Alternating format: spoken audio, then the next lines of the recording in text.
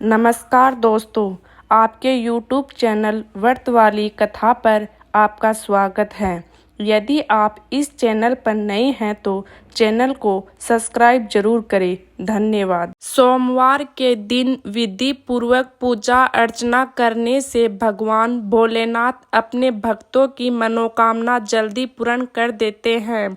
सोमवार का व्रत मुख्य रूप से विवाहित महिलाएं अपने वैवाहिक जीवन को सुखी बनाने के लिए और अविवाहित कन्याएं सुंदर वर पाने के लिए रखती हैं।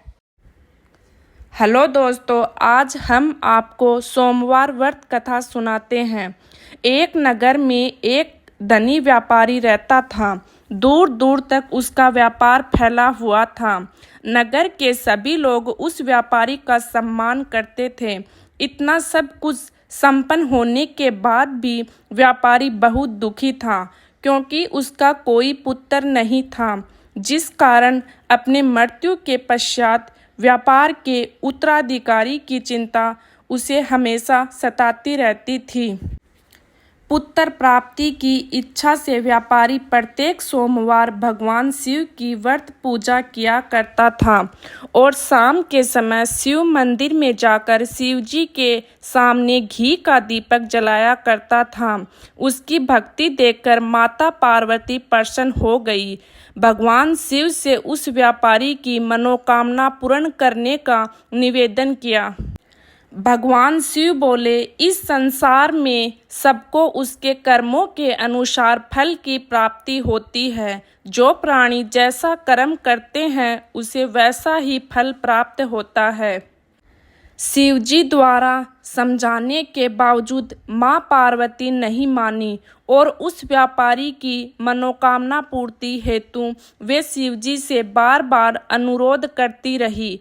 अनंत माता के आग्रह को देखकर भगवान भोलेनाथ को उस व्यापारी को पुत्र प्राप्ति का वरदान देना पड़ा। वरदान देने के पश्चात भोलेनाथ मां पार्वती से बोले, आपके आग्रह पर मैंने पुत्र प्राप्ति का वरदान तो दे दिया है, परंतु उसका यह पुत्र 16 वर्ष से अधिक समय तक जीवित नहीं रहेगा।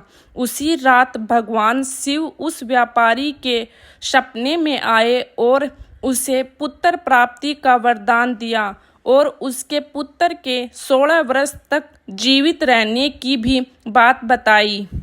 भगवान के वरदान से व्यापारी को खुशी तो हुई, लेकिन पुत्र की अल्प आयु की चिंता ने उस खुशी को नष्ट कर दिया। व्यापारी पहले की तरह सोमवार के दिन भगवान शिव का विधिवत व्रत करता रहा। कुछ महीनों के बाद उसके घर एक अति सुंदर बालक ने जन्म लिया और घर में खुशियां ही खुशियां भर गई।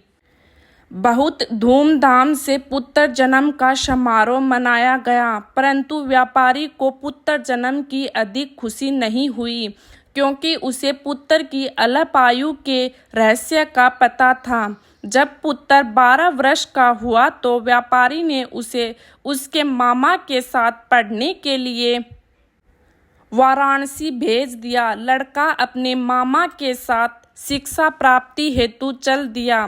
रास्ते में जहाँ भी मामा भांजे विश्राम हेतु रुकते, वहीं यज्ञ करते और ब्राह्मणों को भोजन कराते। लंबी यात्रा के बाद मामा भांजा एक नगर में पहुँचे। उस दिन नगर के राजा की कन्या का विवाह था, जिस कारण पूरे नगर को सजाया गया था। निश्चित समय पर बारात आ गई, लेकिन वर का पिता अपने बेटे के एक आंख से काने होने के कारण बहुत चिंतित था। उसे भय था कि इस बात का पता चलने पर कहीं राजा विवाह से इनकार न कर दे।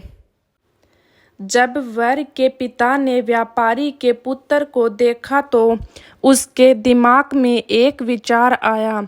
उसने सोचा, क्यों न इस लड़के को दूल्हा बनाकर राजकुमारी से विवाह करा दूं। विवाह के बाद इसको धन देकर विदा कर दूंगा और राजकुमारी को अपने नगर ले जाऊंगा। वर के पिता ने लड़के के मामा से इस संबंध में बात की। मामा ने धन मिलने के लालच में वर के पिता की बात स्वीकार कर ली। लड़के को दूल्हे का वस्त्र पहनाकर राजकुमारी से विवाह कर दिया गया। राजा ने बहुत सारा धन देकर राजकुमारी को विदा किया। शादी के बाद लड़का जब राजकुमारी से साथ लौट रहा था तो वह सच नहीं छिपा सका और उसने राजकुमारी की ओढ़नी पर लिख दिया, राजकुमारी तुम्हारा विवाह मेरे साथ हुआ था। मैं तो वाराणसी पढ़ने के लिए जा रहा हूँ और अब तुम्हें जिस नवयुवक की पत्नी बनना पड़ेगा जो एक आंख से काना है। जब राजकुमारी ने अपनी ओढ़नी पर लिखा हुआ पढ़ा तो उसने काने लड़के के साथ जाने से इनकार कर दिया। राजा को जब ये सब बातें पता लगी तो उसने राजकुमारी को महल में ही रख लिया। उधर लड़का अपने मामा के साथ वाराणसी पहुंच गया और गुरुकुल में पढ़ना शुरू कर दिया। जब उसकी आयु 16 वर्ष की हुई तो उसने यज्ञ किया।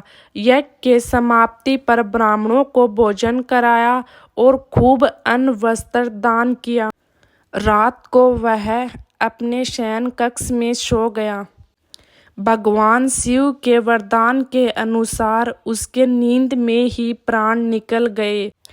सूर्योदय पर मामा मर्त भांजे को देखकर रो पड़ा। आसपास के लोग भी एकत्र होकर दुख प्रकट करने लगे। लड़के के मामा के रोने विलाप करने के स्वर समीप से गुजरते हुए भगवान शिव और माता पार्वती जी ने भी सुने। माता पार्वती ने भगवान से कहा, प्राणनाथ, मुझे इसके रोने के स्वर सहन नहीं हो रहे। आप इस व्यक्ति के कष्ट को अवश्य दूर करें। भगवान शिव ने माता पार्वती के साथ अदृश्य रूप में समीप जाकर देखा तो भोलेनाथ माता पार्वती से बोले, यह तो उसी व्यापारी का पुत्र है जिसे मैंने 16 वर्ष की आयु का वरदान दिया था। इसकी आयु पूरी हो गई है। माता पार्वती ने फिर भगवान शिव से निवेदन कर उस बालक को जीवित देने का आग्रह किया। माता पार्वती के आग्रह पर भगवान शिव ने उस लड़के को जीवित होने का वरदान दिया और कुछ ही पल में वह जीवित होकर उठ बैठा। शिक्षा समाप्त करके लड़का मामा के साथ अपने नगर की ओर चल दिया। दोनों चलते हुए उसी नगर में पहुँचे जहाँ उसका विवाह हुआ था। उस नगर में भी यज्ञ का आयोजन किया। समीप से गुजरते हुए नगर के राजा ने यज्ञ का आयोजन देखा और उसने तुरंत ही लड़के को उसके मामा को पहचान लिया। यज्ञ के समाप्त होने पर राजा मामा और लड़के को महल में ले गया और कुछ दिन उन्हें महल में रखकर बहुत सा धन वस्त्र आदि देकर राजकुमारी के साथ विदा कर दिया। इधर भूखे प्यासे रहकर व्यापारी और उसकी पत्नी बेटे की प्रतीक्षा कर रहे थे। उन्होंने प्रतीक्षा कर रखी थी कि यदि उन्हें अपने बेटे की मृत्यु का समाचार मिला तो दोनों अपने प्राण त्याग देंगे। परंतु जैसे ही उसने बेटे के जीवित वापस लौटने का समाचार सुना तो वह बहुत प्रसन्न हुआ। वह अपनी पत्नी और मित्रों के साथ नगर के द्वार पर पहुंचा।